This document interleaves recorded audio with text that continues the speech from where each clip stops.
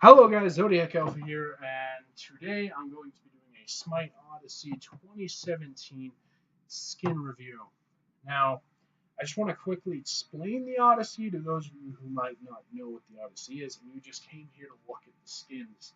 Um, Essentially, what the Odyssey is you buy the skins, and for each skin you buy, you gain a level, and when you've reached 21 levels, you gain the tier 5 skin. And for those of you who don't know what tier 5 skin is, it's a skin that it's really rare and it's really cool because as you level up your ultimate, you level up the skin itself. What I mean by that is it evolves to a new look and a new stage in the look till eventually at the end of the game, you just look beast. And it's really cool and it's really worth working towards. But they also in this Odyssey they're doing different quests. I might go more into depth with that later, but basically you do one quest a day, and each quest is worth 500 points. So if you add it up, each quest line is about an item worth in the Odyssey. I've never done that before. It's really cool. But anyway, that's not what this video is about. This video is about the skin review for the current Odyssey. Now, I'm going to be doing 3 skins in this review. There's 2 that I bought and 1 that I earned from the Odyssey, so I counted it. It's one of the rewards you get when you unlock chests in the Odyssey. I've unlocked, as you can see here, it's the old wall skin. But anyway, if you want to see what the skins look like, not just in card art, but sort of in game, this is the video to watch. Anyway, I'm also going to be giving my opinion on the skins. So whatever I say about the skin, and if I say something that you disagree with, whatever, tell me in the comments, and I'll make sure to address that, and we can have a nice, healthy argument. I believe that if you do disagree with anything that I say, that you let me know, because I love conversation. It's really stimulating. Anyway, let's hop right into it. The Foxy Amaterasu skin is the first one on the list. I want to say first, the card art looks pretty decent. You can see it right here. It looks pretty good, it's nice and well thought through, and there's a lot of detail, a lot of background going on. Anyway, this is the skin here, and it looks pretty damn close to what you have in the card art. I know a lot of skins have a very bad reputation of looking pretty cool on the card art, but once you actually play it in game, the skin does not look like it should on the card art, and you're sitting there just like, wow, like, did that really, like, wow, come on, guys.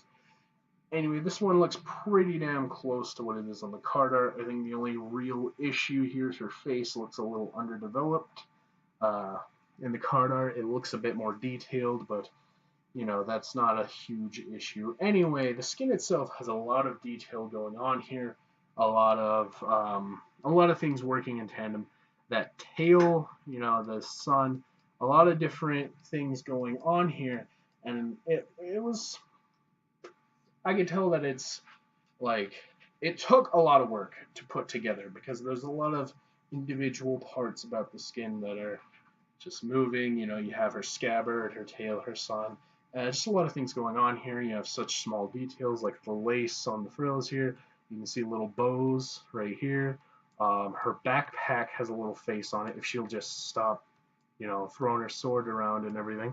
Her backpack has a little face on it. It's a little fox, little dangly arms, and it's just there's a lot going on here. You can see the straps from the backpack chilling right over there. And a lot went into this skin. I can tell they took some time on it, and they put it together nicely. The sword looks pretty cool. Anyway, Amaterasu as a god.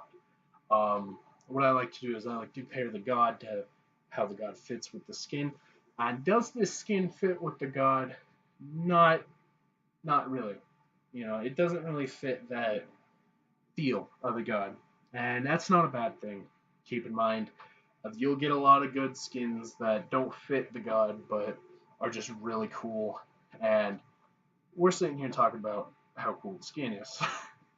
But it doesn't fit with Amaterasu because a lot of Amaterasu skins are really serious and they make you feel like you're this disciplined samurai warrior. And this one, you just look at it and you're like, well, this person's been to every convention that exists, and yeah, it's a really cool skin. I keep saying that, but it's nice and it's thought through, and I'm okay with buying this skin. I really am. Um, the only thing that I kind of regret about this skin is the voice pack, and it's kind of really bad. There's really no way to put it. The voice pack is really bad. It's even though it's made by the same voice actor that does the default Amaterasu voice, but it's different. Um, it's really high pitched and kind of. I don't know how they got her on board with this, but they did. Just take a listen here. I'll attack middle lane. Wow, turn that down on my computer. Defend. Gank. Going into the jungle. Anyway, it's really high pitched and it doesn't sound so bad right now, right? It doesn't sound as horrible as I make it sound, but it's still really high pitched. And there's quotes that I can't show you right now until I do an in-depth review playing the god with this skin, and that'll be the Amaterasu Foxy skin in action video that I'm coming out with. That's also going to be the debut of a new series that I'm going to do. I'm going to call it Skin in Action, and it's basically going to be me not only talking about the skin, but playing with the god, using the skin, and seeing if there's any reactions I can get from it or anything. I feel like that would be a good thing to do. Great waste of my time. So anyway, all overall pretty nice skin. The only thing I don't like about it is the voice pack. The voice pack is just, I can't stress how bad that is. It just is. It's bad, and they make what does the fox say references, and you'll see that later when I do the skin in action video. But anyway, let's move on to the Steel Samurai skin. Now, this is the first higher tier skin for Susanoo, because so far I think all he has is remasters and recolors. Remasters, recolors. He has masteries and recolors. Masteries and a recolor.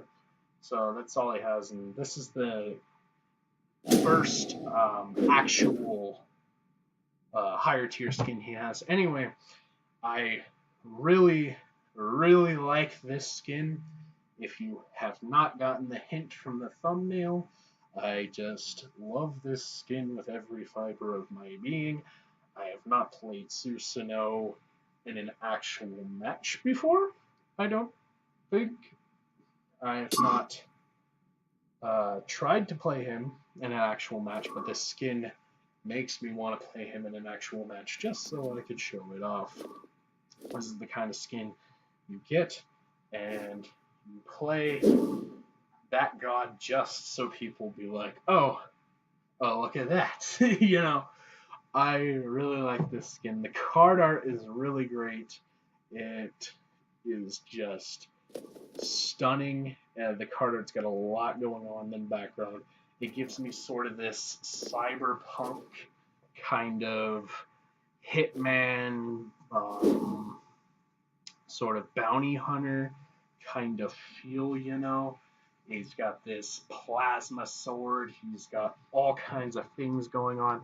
A lot of detail, so many intricate parts on his armor. You can see his little utility belt here. He's got these little things sticking off his armor, maybe to catch swords, and maybe to catch, protect him from anyone who's trying to fight him.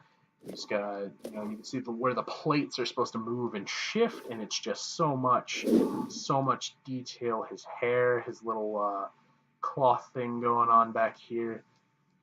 His face mask. I wish I could show you that close up. You kind of can't see it because the brim of his hat just barely dips over. There you go. You can kind of see here. His face mask is a really good addition. And Susanoo, I almost want to say that his default skin makes him look kind of like a slacker, makes him look kind of like this, this guy that's, he has his sword and everything, and yes, he's a samurai warrior and all this, but um he really more he's really more just this brother that is kind of he's this kind of slacker, mess around kind of samurai. But in this skin, he looks really serious. He looks really badass. He is just something that you don't want to mess with. He is a force to be reckoned with, especially if somebody has the skin and they're doing well. I think that a lot of skins that have that kind of scare value and intimidation value, if the person is doing well with that character, the skin works so much better. But yeah, I'm going to be doing another skin in action video, and this guy is going to be in it. I want to show you all how the abilities work, how he looks in combat, just how cool it is, and how the voice pack is. Speaking of voice pack, I'm going to play a couple samples for you here. Enemies incoming middle. Defend the fire giant. I'll defend right lane. Gank right lane. I don't know how there's a lot of mixed feelings about the voice pack in the community right now. There's a lot of people saying, oh, it's horrible, it's bad, it needs to be done away with. And there are some people saying, oh, it's grand, it fits him really well, an amazing voice pack, well done. I'm one of those people. I say it's a really good voice pack. I say it really works for him. And I say it is a grand skin and well done. So that's my opinion on the Steel Samurai Susanoo. I really, really love this skin. This skin is a great skin. It is just, it's just so good. I love the color scheme of it. I love everything. And before I take up too much of the video saying how much I love this skin, let's go into the last skin that I have received from the Smite Odyssey. And that's going to be the Retro Nuwa skin, or Old Wa Nuwa. I like to say that better. It curls off the tongue much better. I'm not super familiar with Old Nuwa, right? I have not played as her, because obviously I joined during not the beginning of season 3, but the last rework, or no, I shouldn't say the last rework. The first rework that I saw, and it wasn't a complete rework, it was just a visual rework, was the Arachne rework. That was the first rework that I saw. Any rework up after that, I witnessed. So I saw the Ratatoskr rework. I saw the Freya visual rework. I saw those. So yeah, I'm fairly newbie considering how long most people have been playing. I know what the old Nuwa passive and the old Nuwa ult were, and I know how those could be really ridiculous because I've watched a lot of old Smite gameplay, and those were pretty insane. But anyway, let's look at the skin here. Now, like I said, I've not been able to see this skin while it was the default skin. I've not been able to witness it while it was a thing, Anyway, here it is. It looks really good. She looks really schmexy, she looks really good. She's got the little wing going on there. I don't know why they reworked it. Maybe the jiggle physics going on here. Yes, you guys probably have noticed that. I definitely have. I'm not ashamed to admit that. But you can see here, you've got all kinds of things going on here. You got your crystals in here. You got your wings, your little snake form.